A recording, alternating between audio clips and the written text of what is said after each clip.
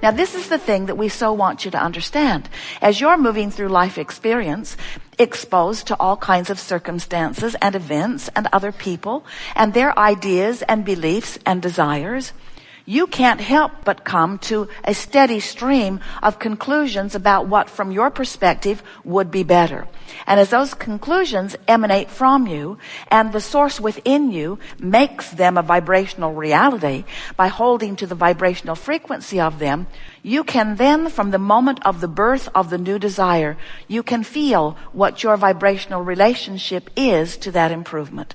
That's what your emotions give you. Your emotions give you moment by moment feedback. Your emotions let you know whether you're a match to what you want or whether you're a match to what you don't want. And what you begin to understand as you listen to us talking about these universal laws is that the powerful law of attraction, which is a law that responds to the vibrational basis of all that is, this law of attraction is the law that makes it possible that when you set your radio dial on 6:30 a.m., you hear what's being broadcast from the station that is broadcasting 6:30 a.m. The frequency of the transmitter and the receiver have to match up. And everything in this universe, every particle, every piece of dirt, every organism, every part of you, everything that exists in all that you see and in that which you do not see is a vibrational basis that is transmitting and receiving constantly. And those transmitting and receiving signals are being organized by this powerful law of attraction, which says in simple terms, that which is likened to itself is drawn.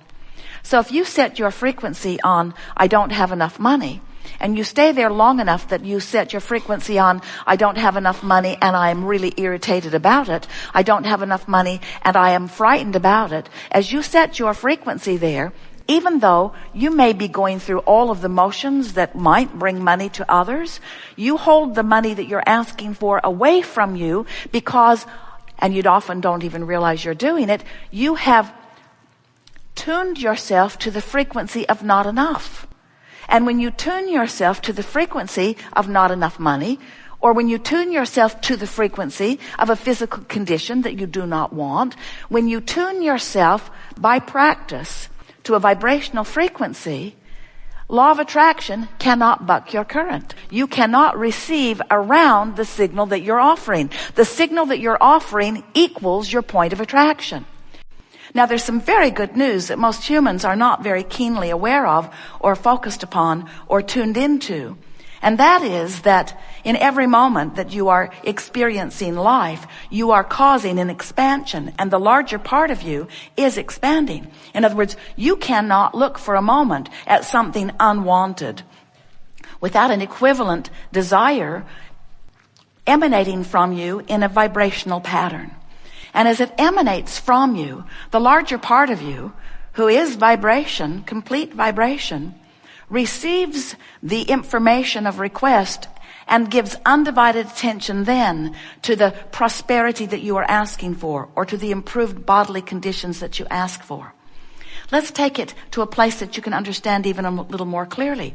This is true of every consciousness. And your body is made up of trillions of cells who are made up of consciousness.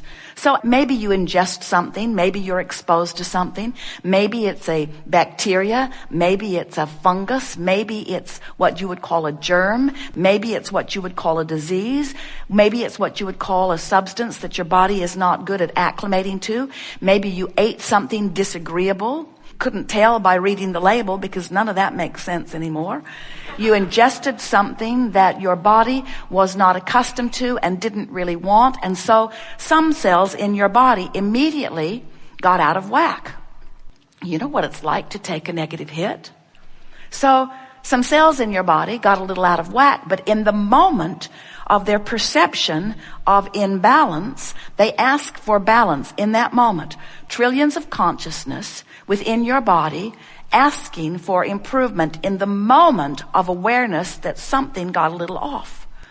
And in the moment that this happened, whether it's a one-celled organism or many cells in communication in your body, when that cellular request happened, in other words, your cells took the bounce, know what they don't want, know what they do want. In the moment that that request is set forth, The non-physical part of you, the energy that creates worlds, begins flowing in response to that request, and an immediate balance occurs. Immediate, instant manifestation. This is happening in your body all day long, every day. You don't even know how well this factory, this vibrationally based consciousness factory called your physical cellular body, is coming into balance all day, all day, all day, all day, all day, all day.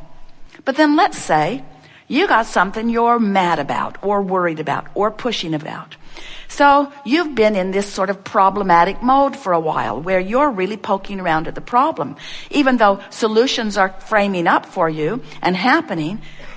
And as you, as the captain of this cellular ship, are focused in this negative way where the predominant emotion within you is one of worry or anger, you cause a vibrational resistance in the communication of this vibrational body that is yours. And even though your cells know exactly what they want and need and are asking from a place that they can be answered exactly, you're in the way.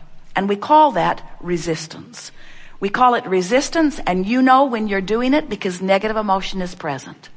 Negative emotion is present at first. If you keep it up, the negative emotion gets stronger. If you keep it up, you begin to feel physical sensations. And if you keep it up longer, then your physical body begins to be labeled in medical terms with all kinds of diagnoses that are nothing more than indications of resistance. And resistance is only a problem to you because it prevents communication between who you or part of you, we're talking about the cellular part of you, has become.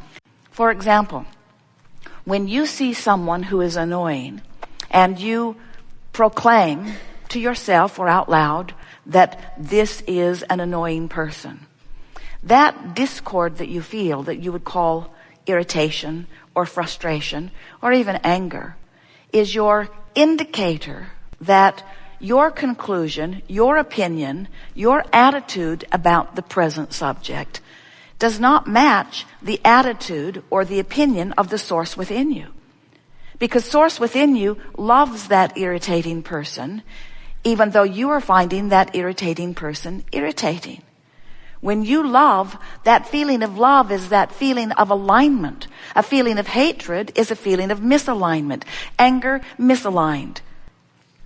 Whether you are guilty or blameful, misaligned, because the source within you will not find fault with you or anyone else. And when you do, when you proclaim someone unworthy or inappropriate or just plain wrong, when you take the time to ferret someone out and point at it and call it wrong, in that judging, I don't want you, I want to push you away and what you're doing away attitude, you are, and you're free to do it, you are activating a vibration that the source within you never activates. And how do you know that the source within you is not now activating a similar vibration?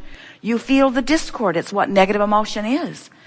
When you don't have enough money, you ask for more, whether you use words or not. You ask vibrationally. And when that rocket of desire, that other side of the vibrational wave, when that bounce occurs, the source within you holds steady forevermore your new conclusion about the prosperity that you seek. But when you look back at the circumstance that caused you to ask for more money, and you defend the needing or the wanting of more money by pointing out how hard it is without it, or how unjust it is without it, or how not fair, how not right, how annoying, how unpleasant, how many others are experiencing it, maybe in the same way. As you defend or rationalize or justify your improvement request, you hold yourself out of vibrational alignment with the improvement that you have requested. And you hold yourself instead in vibrational alignment with the problem that caused the solution. When you see someone and you appreciate them, that feeling of appreciation that wells up in you is your indicator that your vibrational attitude, your vibrational opinion matches that of the source within you. When you love someone, there's no disparity between the vibrational aspects of you and you. You are aligned. You are allowing the fullness of who you are. So many of you say, Esther says it daily, Abraham, I don't get why that doesn't irritate you.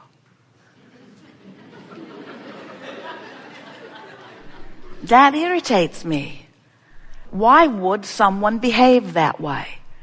And we say to Esther, a better question than why are they behaving that way is, how does my awareness of their behavior feel? Or a better thing to say would be, why am I using that behavior as my current reason to cause vibrational disparity between who I really am and myself in this moment? Isn't that too big of a price to pay? And we say, we really think it is. But then often you say, well, if I'm not here to form an opinion, if I'm not here to make a judgment, if I'm not here to come to a conclusion of what I prefer, then what do you mean that I'm sorting through contrast and using the contrast to help me to identify what I want? And we say, well, that part's exactly right.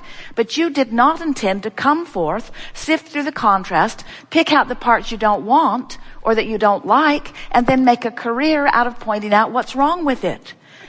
You don't go to a buffet and spend your whole time standing in line telling the nice people behind the counter, I don't like that, and I don't like that, and I don't like that. What were they thinking? Who would put that there? Why would they put that there? I don't even want to know what that is. That's not the way you choose from your buffet. You select from among it what you want. And that's what you intended to do when you came into this physical time-space reality. You expected to have exposure to life that would help you to identify improvement. And you knew that when you, out here on the leading edge, ferret out an improvement, you knew that the larger part of you, that would be us, that would be source, that would be your inner being, that would be that non-physical part of you. You knew that that non-physical part of you would then hold steady to the improved version that you had carved out of life. And that's exactly what happens. We will agree that if you're tentatively in your vortex, that almost anything can snap you out of it. But if you got in and you got in on purpose and you milked it and you proclaimed that you were there and you acknowledged how it is you got there and why it is you were able to stay there, you won't easily be pulled out of it. And when you are pulled out of it, you'll know how to get right back in.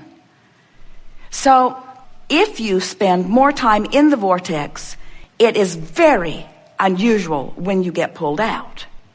If you spend more time out of the vortex, it's very unusual when you're able to get in. So it's just a matter of how much time. And there are a lot of people who claim vortex-dom more than they really should. Because it's not about the smile on your face, and it's not about even the words that you're speaking. It's about the song in your heart. It's about the glee in your being. It's about the vitality that you feel. It's about the enthusiasm for life, you see. And if once you tune yourself to the frequency of the vortex and get hooked on it, we want you to get hooked on your vortex, hooked on it. We want you to be addicted to the vortex, addicted to it to the degree that it's just so off when you're not in. You see the world as it exists, where you go to work and you watch people driving in their cars and they don't look all that happy about their cars, and they're listening to stuff, but they don't look that interested in what they're listening, and they go to work and they're not that much interested in work, and they can't wait to go home, but they're not much interested in going home. And then somebody says, let's go to a ball game, and they have a moment of glee. Woo! Drunk, and their team won. But in comparison with how much was going on in their life, it was just a little bit of time in the vortex, and most of the time not even trying to be in the vortex. You get what we're talking about?